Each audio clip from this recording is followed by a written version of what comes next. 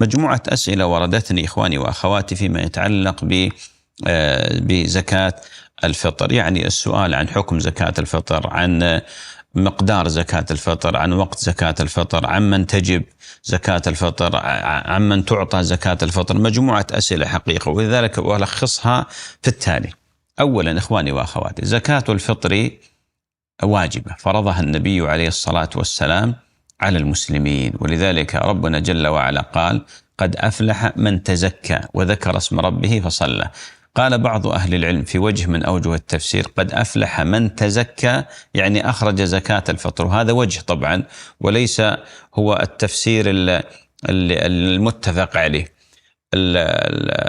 السنة النبي عليه الصلاة والسلام كما في حديث ابن عمر وغيره فرض زكاة الفطر على صاع من تمر، صاع من شعير، إلى آخره. وحديث أبي سعيد الخدري أيضا، ومجموعة أحاديث وردت من طرق متعددة وأوجه متعددة، كلها تشير إلى فرضية زكاة الفطر، والإجماع منعقد على مشروعية زكاة الفطر، ولذلك هي واجبة، يعني من حيث الحكم الشرعي واجبة. هذا أمر أول، ولذلك يجب أن يعلم الجميع بأن زكاة الفطر واجب. طيب، ثانيا، لماذا سميت زكاة الفطر بهذا الاسم؟ سميت زكاة الفطر بهذا الاسم بسبب الفطر، ولذلك أضيفت إلى الفطر الذي هو يوم العيد، أضيفت إلى الفطر الذي هو يوم العيد، سميت زكاة الفطر، فمعناها أن مضافة إلى سببها. سببها ما هو؟ الفطر، وهو يوم العيد. هذا الأمر الثاني. الأمر الثالث: على من تجب زكاة الفطر؟ تجب على كل مسلم، صغير كبير، ذكر أنثى، حر عبد مملوك مثلا، هؤلاء كلهم تجب عليهم زكاة الفطر إذا كانوا قادرين ليلة وجوبها عليهم، وهي يوم ليلة العيد.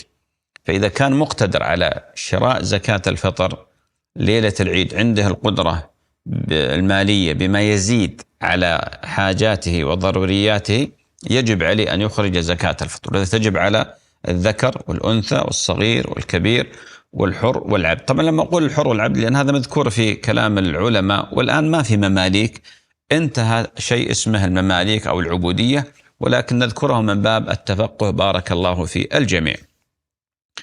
أمر آخر ما يتعلق بمن المسؤول عن زكاة الفطر، من الذي يخرجها؟ الأصل أن كل من عنده قدرة مالية وكل من عنده مورد مالي هو الذي يخرج زكاة الفطر، وإن كان في الأصل المخاطب بها رب الأسرة، وكل من تجب عليه نفقتهم يخرج الزكاة عنهم. لكن هذا ما يمنع أن الإنسان مثلا الزوجة عندها راتب مثلا تخرج هي أفضل، ولو أخرج زوجها عنها ما في شيء، الحمد لله. الأولاد أيضا الذين عندهم رواتب مثلا أو عندهم يعني إيرادات مالية مثلا يخرجون عن أنفسهم، لكن لو أخرج الأب مثلا ما في مشكلة، أمر واسع ولله الحمد والمن. واضح إخواني وأخوات؟ ولذلك يعني لما نقول كل واحد يخرجها، لماذا؟ لأن في حكمة من زكاة الفطر. فالنبي عليه الصلاة والسلام بيّن بأن زكاة الفطر طهرة للصائم من اللغو والرفث وطعم للمساكين. تعرفون الصيام يحصل فيه لغو ورفث، يحصل فيه معصية يعني في أيامه، يحصل فيه تفريط. هذه الزكاة، زكاة الفطر، جعلها الله عز وجل سبب من أسباب تتميم الصيام، تتميم العبادة. هذا المعنى. ولذلك من المهم جدا أن الشخص الذي عنده قدرة على الصيام، قدرة على الإنفاق، يعني بمعنى عنده مورد مالي، عنده راتب، عنده تجارة، عنده شيء، هو الذي يخرج، ولا يتكل على والده أو المرأة تتكل على زوجها. لكن لو أخرج الوالد، أعيد وأكرر، لو جاء الوالد وأخرج عن الجميع نقول صحت ولله الحمد والمن. هذا فيما يتعلق بقضية يعني إخراج الزكاة. كل فرد عنده قدرة مالية يخرج زكاة، طهرة للصائم من اللغو والرفث، وأيضا طعم للمساكين. بالنسبة لجنس، طبعا ذكرت أنا الذكر والأنثى والصغير والكبير. عندنا الجنين، امرأة حامل مثلا، هل يخرج عنه؟ هو لا يجب الإخراج عن الجنين، لكن يستحب له استحبابا لفتوى عثمان بن عفان، وهو أحد الخلفاء الراشدين المهديين رضي الله عنه وارضاه. فيستحب أن يخرج عن الجنين، يستحب أن يخرج عن الجنين. وهذه أسئلة حقيقة كثير وردتني، قضية هل نخرج عن الجنين؟ الجواب يستحب استحباب ولا يجب، يستحب استحباب ولا يجب. طيب، عندنا ما يتعلق بوقت يعني إخراج زكاة الفطر. متى تخرج زكاة الفطر؟ إخراجها له يعني لزكاة الفطر وقتان: وقت أفضلية، ووقت فيه يعني رخصة تقدم. أما الأفضلية فقبل خروج الناس إلى صلاة العيد، قبل خروج الناس إلى صلاة العيد، يعني يصلي الإنسان الفجر ثم يطلع زكاة فطرة على الفقراء والمساكين. هذا أفضل وقت. لماذا؟ لأنه سميت زكاة فطر نسبة إلى اليوم، ولذلك قالوا هذا أفضل وقت. والنبي عليه الصلاة والسلام قال: من أخرجها قبل الصلاة فهي زكاة مقبولة، ومن أخرجها بعد الصلاة فهي صدقة من الصدقات، يعني ما تقبل. ليش؟ إذا تعمد طبعا ذلك. وسأتكلم عن هذه لأن عندي أسئلة. بعض الناس يقول والله نسينا، عندي مجموعة أسئلة يقول نسينا، غفلنا، كيف نفعل بعد صلاة العيد؟ ورخص النبي عليه الصلاة والسلام تقديمه قبل يوم العيد بيوم أو يومين، بيوم أو يومين. ولذلك زكاة الفطر يجوز إخراجها قبل يوم العيد بيوم أو يومين. يعني مثلا ليلة 28، لأن الشهر عندنا إما 29 وإما 30، فليلة 28 تبدأ بإخراج. فلو كان الشهر كامل الحمد لله أخرجتها قبل يوم العيد بيوم أو يومين.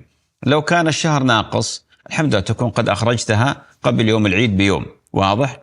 من أهل العلم من أجاز إخراجها قبل يوم العيد بيوم أو يومين أو 3، وهذا عليه جمع من العلماء في القديم والحديث على أن يجوز 3 لورود ذلك، لورود الآثار عن الصحابة رضي الله تعالى عنهم وأرضاهم. أرجع إلى المسألة اللي أخبرتكم عنها بأن أسئلة فيما يتعلق بتأخير بعد الصلاة. جماهير أهل العلم على أن زكاة الفطر ينتهي وقتها بطلوع الإمام لصلاة العيد. فإذا طلع الإمام لصلاة العيد انتهى وقت زكاة الفطر، خلاص هذا وقت، انتهى وقت زكاة الفطر. طيب، الآن مثلا بعض الناس يقول والله أنا نسيت، أنا غفلت، أو شخص يقول والله أنا وكلني شخص ونسيتها في السيارة، أو نسيتها. عندي أسئلة، يقول واحد نسيتها ما تذكرت إلا بعد أيام، يقول نسيتها وغفلت عنها.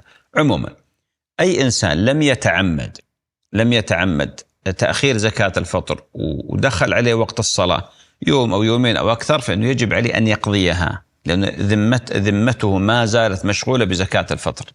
فلما قلنا بأنه واجب من الواجبات لا يسقط بفوات وقته، وإنما يقضى حتى ولو بعد أشهر. وهذا على الراجح من أقوال أهل العلم. من أهل العلم من يقول بأنه إذا تعمد هذه لا تكون زكاة فطر، وإنما صدقة من الصدقات للنص الثابت عن النبي عليه الصلاة والسلام.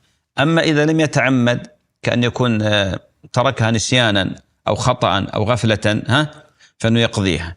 قالوا مثل الصلاة، فالنبي عليه الصلاة والسلام يقول: من نام عن صلاة أو نسيها فليصليها إذا ذكر، يعني بعد إذا خرج الوقت، لا كفارة لها إلا ذلك. وقالوا إن زكاة الفطر لما كانت واجبة ما تسقط بالنسيان، ولذلك يقضيها الإنسان ولو بعد حين. عندي مسألة يعني نوعية زكاة الفطر. ما هو الذي يخرج من زكاة الفطر؟ النبي صلى الله عليه وسلم يا إخواني ويا أخواتي نص على الطعام، ولذلك يخرج من طعام أهل البلد. طبعا ذكر النبي التمر، ذكر الشعير، لأنه كان هذا طعامهم. الآن طعام أغلب الناس ما هو؟ الرز. أغلب الناس الآن ما يأكلون الشعير. من الذي يأكل الشعير؟ إنما الرز. ولذلك تخرج زكاة الفطر من الأرز.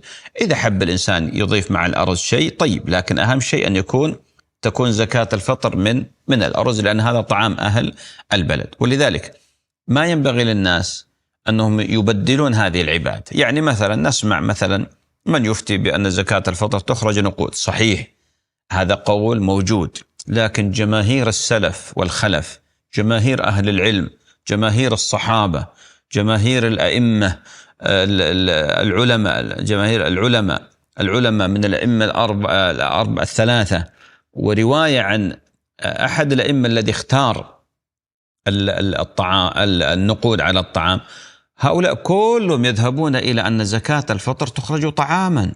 لماذا؟ لأن النبي صلى الله عليه وسلم أمر بإخراجها طعاما من طعام أهل البلد.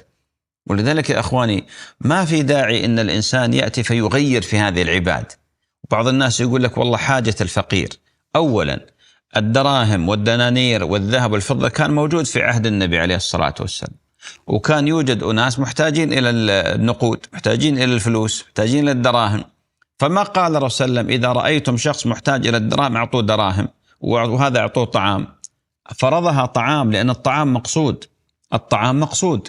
ولذلك يا أخوان اتركوا هذا الأمر. وبعدين الآن الصاع الواحد كم يساوي بربكم؟ يعني 10 دراهم، 15 درهم، قل 20 درهم. إيش تسوي هذا الفقير 20 درهم؟ يعني إذا كان الإنسان فعلا يقول الفقير محتاج إلى المال، يا أخي اتصدق عليه، باب الصدقة مفتوح وباب الصدقة عظيم.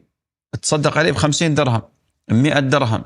ليش تحشر نفسك في زاوية ضيقة؟ ليش تجعل يعني تحاول أن تطوع العبادة إلى مثل هذا الأمر؟ يا أخي الحمد لله الأمر واسع، الصدقة بابها عظيم ومفتوح.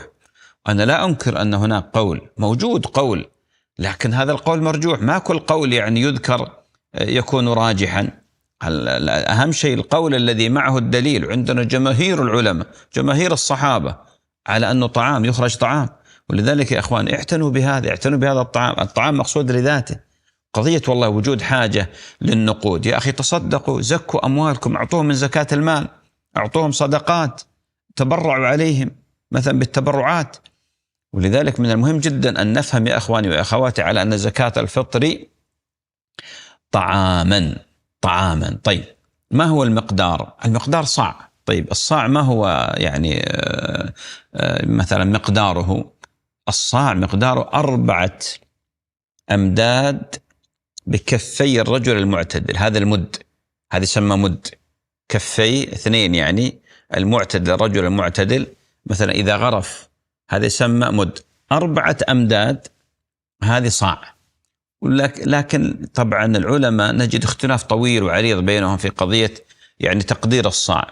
مثلا منهم الآن أغلب الناس طبعا الآن ما يخفاكم بأن الوزن بالكيلو، كيلوغرام. فمن أهل العلم من يقول الصاع 3 كيلو ويحتاطون لهذا، يقول 3 كيلو. بعضهم يقول لا 1.5 كيلو، بعضهم يقول لا 1.40 جرام، بعضهم يقول 1.20 كيلو. ولذلك الاحتياط يا أخواني وأخواتي أن يخرج الإنسان 3 كيلو، خاصة ولله الحمد أغلب الناس في منطقتنا يعني وفي مناطق العالم اللي عندهم قدرة 3 كيلو ما تساوي شيء يعني بالنسبة للإنسان. ولذلك ممكن أنه ما تكلف يعني 20 درهم أو 25 إذا بالغنا هي ما بين 15 إلى 20 درهم تقريبا بحساباتنا هنا.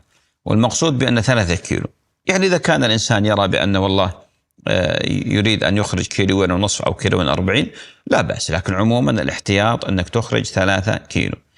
الزائد الحمد لله هذا صدقة، والمقدر الذي تصيبه هذا هو الزكاة. ولذلك تتنبهون لمثل هذه المسألة. في مسألة أخرى أيضا، وهذه كثير أسئلة جتني، يقولون وين نخرج زكاة الفطر؟ طبعا عندي نوعين من الأسئلة. منهم يقول طيب أنا متغرب عن بلدي، أخلي أهلي يخرجون أم أنا أخرجها؟ والنوع الثاني من الأسئلة يقول هل يجوز نقلها خارج البلد؟ طيب هذه الأسئلة اللي تقريبا في هذه النقطة. أولا زكاة الفطر إخواني وأخواتي يسميها العلماء زكاة البدن. زكاة البدن. لماذا؟ لأنها تتبع البدن، فأينما وجد البدن يزكي الإنسان، لأن أصلا هي لها أثر في مسألة الصيام، طهر للصائم من اللغو والرفث وطعم للمساكين، فيسمون زكاة البدن. ولذلك في أي مكان توجد تخرج زكاة فطرك. بارك الله فيك. وهذا ليس على سبيل الوجوب، هذا على سبيل الاستحباب. طيب الآن بعض الناس يقول لك يا أخي أنا والله أنا مشغول وكذا، ممكن أهلي يخرجونها كما جاءني بعض الأسئلة. ممكن توكل أهلك إذا كنت مثلا متغرب، توكل أهلك. بعض الناس الآن يقول لك أنا طالب برا ما أعرف، مثلا في بلاد غير مسلمة مثلا ما أعرف فقراء مساكين، خلاص وكل أهلك يخرجون عنك. بعض الناس يقول لك والله أنا مشغول، عندي عمل، ما عندي قدرة أني أروح للسوق وأشتري. ممكن أكلف أهلي، ممكن تكلف أهلك، ما في مشكلة، ما في مشكلة، الأمر في هذا واسع ولله الحمد. طيب الآن عندي نقل زكاة الفطر. الآن أغلب الأسئلة تأتيني يقول طيب ممكن ننقلها؟ بعض الناس يقول لك والله أنا من بلد منكوب، من بلد فيه فتن وحروب، من بلد فيه جفاف وفقر، ممكن أنقلها؟ ممكن. هو الأصل أن توزع على فقراء البلد، هذا الأصل، توزع على فقراء البلد. لكن إذا وجدت حاجة، وجدت نازلة، وجد كذا، ممكن أنك ترسلها إلى الخارج. طيب بالنسبة لي يعني مسألة توكيل أحد بإخراج الزكاة، يعني بعض الناس يقول لك الآن والله أنا أعطيها الجمعية باستمرار وكذا. حقيقة هذا أمر الأصل فيه الجواز، لكن أنا دائما أنبه أقول لإخواني بارك الله فيكم، هذه عبادة، هذه عبادة، يجب على الإنسان أن يهتم بهذه العبادة، ويجب أن يكون هناك يعني تعب في مثل هذه العبادة، وهذا التعب الحمد لله يعني مقدور عليه، ليس يعني مثلا خارج طاقة وقدرة الإنسان. وعندنا قاعدة شرعية أن ما لا يتم الواجب إلا به فهو واجب، والوسيلة إلى الواجب واجبة، والوسيلة إلى المندوب مندوبة. ولذلك من المهم جدا أن الناس يتلذذون بهذه العبادة. يعني جاتني أسئلة بعض الناس يقولون بأنه ما عمرهم أبدا دفعوا زكاة الفطر بأنفسهم، وإنما يوكلون دائما الجمعية. مثل بعض الناس يقول ما يذكر في حياته إن ذبح الأضحية، دائما كله يذبح في الخارج برا، يعطي، يقول لك أنا ليش أتعب عمري وتعب نفسي؟ هذا غلط، هذه عبادة، تجد لذة في قلبك وصدرك لما تقوم بمثل هذه العبادة. لذلك يعني أجواء عجيبة في ليالي العيد، شوف الناس اللهم بارك يوزعون الصدقات وكذا، مهم جدا يا أخواني. وأنا أنبه أولياء الأمور في البيوت أنك تأخذ أولادك معك، خذ أولادك. حتى عندنا جيل الآن والله ما يعرف إيش الأضحية، يسمع بالأضحية، ليش؟ لأنك أنت السبب، أنت الوالد السبب. بعض الناس ما يعرف زكاة الفطر، ينشأ الولد يقول إيش زكاة الفطر؟ ليش؟ لأنه ما شاف أبوه يوزع زكاة الفطر. فعلى الوالد أن يتقي الله، اجمع أولادك وروح فيهم للجمعية ولا للسوق واشتري وعلمهم، قل هذه زكاة الفطر، وابحث عن فقراء ومساكين. الحمد لله بعض الفقراء موجودين حتى قريبين من الأسواق. حاول أنك تتحرك، تقول والله ما أعرف، ممكن يا أخي تسأل إمام المسجد أو المؤذن، ممكن تسأل واحد من عائلتك وجماعتك وتعرف أحد. أبدا ما أحد سأل إلا أخبروه عن الفقراء والمساكين. تحركوا شوي يعني في قضية، هذه عبادة، هذه طاعة. أما الترف هذا ترف عند الناس. أصبح عندنا جيل الآن من الأولاد ما يعرف شيء، يعني تفاجئ يقول إيش زكاة الفطر هاي؟ لأن المشكلة أبوه ما شاف أبوه يوم من الأيام أخرج زكاة الفطر، ولا شافه مثلا يضحي مثلا. أصبح عندنا جيل يجهل هذه الأشياء. لذلك من المهم، هذا نوع من أنواع التربية ونوع من أنواع التعليم، أنك تأخذ ولدك حتى يشوف ويطلع، مثل ما تأخذ للعمرة تعتمر فيه. خلاص أنت الآن علمته كيف يطوف ويسعى وكيف يقصر، مسكت الطريق مثل ما يقولون. ولذلك يا أخواني بارك الله، لا تتكلون على الجمعيات دائما وعلى الناس دائما، افعل هذا بنفسك. عندك يومين قبل رمضان، قبل العيد عفوا، عندك يومين قبل العيد، يعني تستطيع أنك تفرغ نفسك لو ساعة أو ساعتين تشتري فيها وتأخذ أولادك، حتى الأطفال الصغار، حتى البنيات الصغار، خذهم معك ويشوفون الزكاة ويشوفون العبادة هذه، وتديهم الفقراء، يتأثرون بمثل هذا، يصير عندهم سلوك الحمد لله وتدين طوال حياتهم، والأجر لك. أما قضية هكذا ترك، هذا مما لا ينبغي.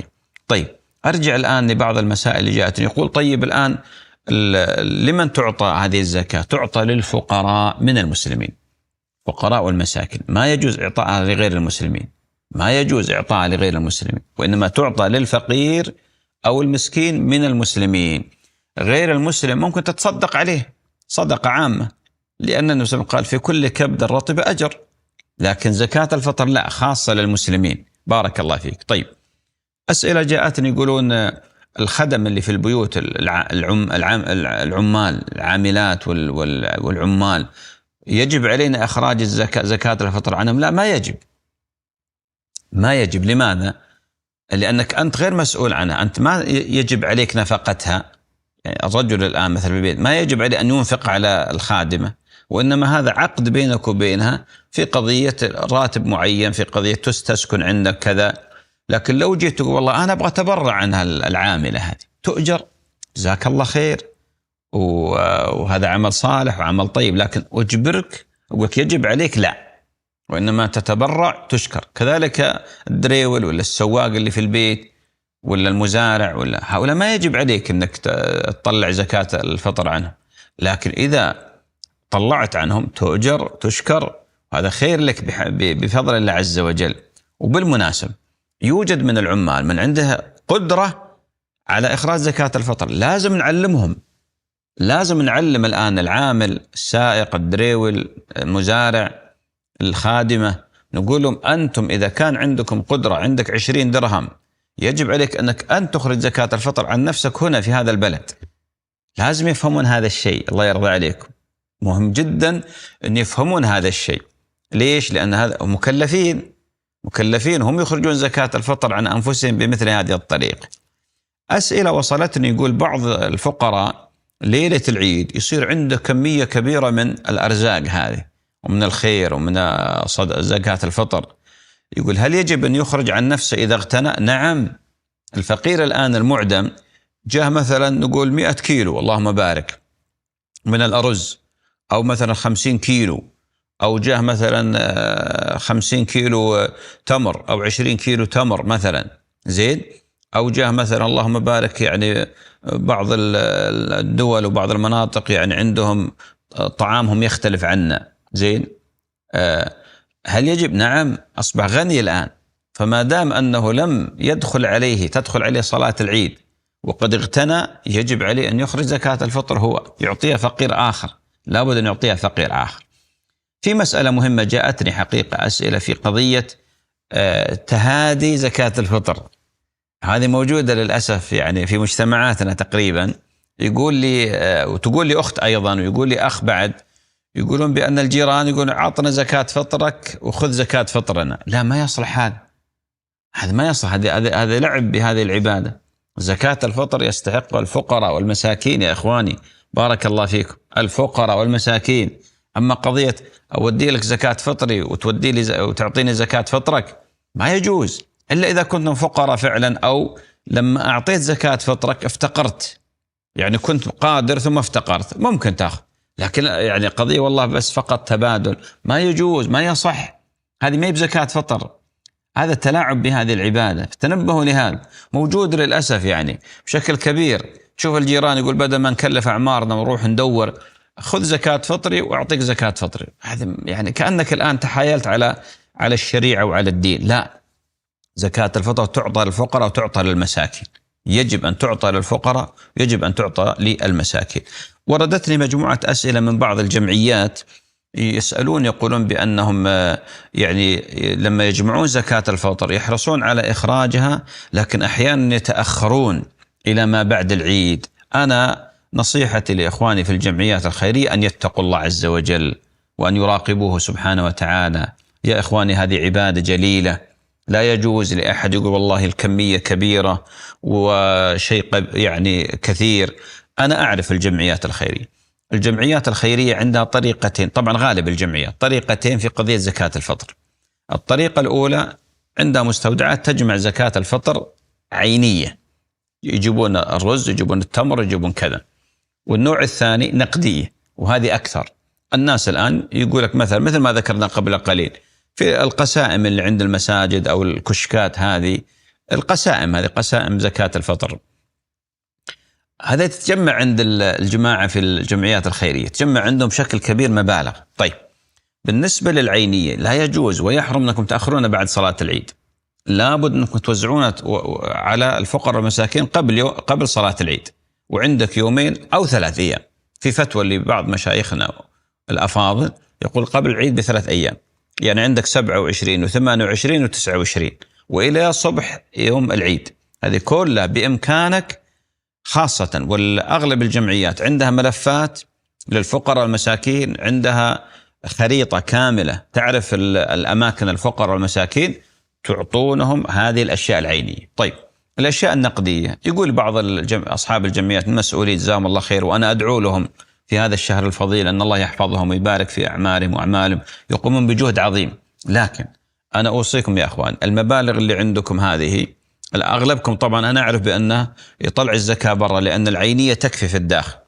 أنصحكم نصيحة يا أخوان، أن يصير عندكم مثلا اتفاق مع مثلا في دولة مجاورة أو دولة بعيدة، عندكم فرع في الجمعية هناك، تتفقون على شراء زكاة الفطر في هذه الأيام، بمعنى أن المبالغ اللي عندكم هنا تشترون بها الزكاة، ما في حاجة أنك تشتري من هنا وتنقلها في سفينة ولا تنقلها في باخرة ولا تنقلها في كذا، هذا صعب جدا، ما يمكن، تبغى لها شهر حتى تصل أو تبغى لها نصف شهر حتى تصل. ولذلك واعتقد هذه يعني استجاب الحمد لله كثير من المسؤولين في بعض الجمعيات، يعني تناقشنا معهم وأعطيتهم المقترح هذا، فيقومون بارك الله فيهم، المندوب عندهم في الدولة الفلانية مثلا في أفريقيا مثلا، خلاص الآن يجتهد في شراء زكاة الفطر يوم 27، يبدأ توزيع 27 أو 28 و29، يوزعها في هذه الفترة، والحمد لله الفلوس جاهزة، وإذا حصل الحمد لله زيادة أيضا تدفع المبالغ بعد ذلك. فتنبهوا يا أخواني بارك الله فيكم رضي الله عنكم، تنبهوا لمثل هذه القضية فيما يتعلق بقضية إخراج زكاة الفطر. نسأل الله تعالى أن يتقبل من الجميع. هذه في واقع الأمر باختصار فيما يتعلق بزكاة الفطر. جاءني سؤال حول قضية زكاة الفطر عن الميت. لا، الميت خلاص يا أخواني ويا أخواتي بارك الله فيكم، الميت بالنسبة للميت انتهى تكليفه، فما تجي تطلع عن الميت زكاة فطر. لكن أنا أدلك على شيء، طلع عنا صدق، طعام ولا نقود ولا ثياب ولا شراء أي شيء، وتنوي ثوابه للميت. في سؤال آخر جاءني أو أسئلة فيما يتعلق بالمرضى الذين ما صاموا وانتقلوا إلى الإطعام، يقولون تخرج عنهم زكاة الفطر. نعم، هؤلاء يعني بالنسبة لمن كان مكلفا عاقل بالغ زين ولكن عجز عن الصيام لمرض لمشكلة معينة، هذا الله يبارك فيكم لابد من إخراج زكاة الفطر، يخرج هو عن نفسه. وإذا كان مثلا هناك ولي أمر له، ولي أمر هو الذي يخرج زكاة الفطر عن هذا المريض بارك الله فيكم. هذه حقيقة أشهر وأكثر الأسئلة التي وردتني، مجموعة طبعا رتبتها بمثل هذه الطريقة. أسأل الله تعالى أن أكون قد وفقت في إيصال المعلومة الصحيحة والحكم الشرعي الصحيح إليكم.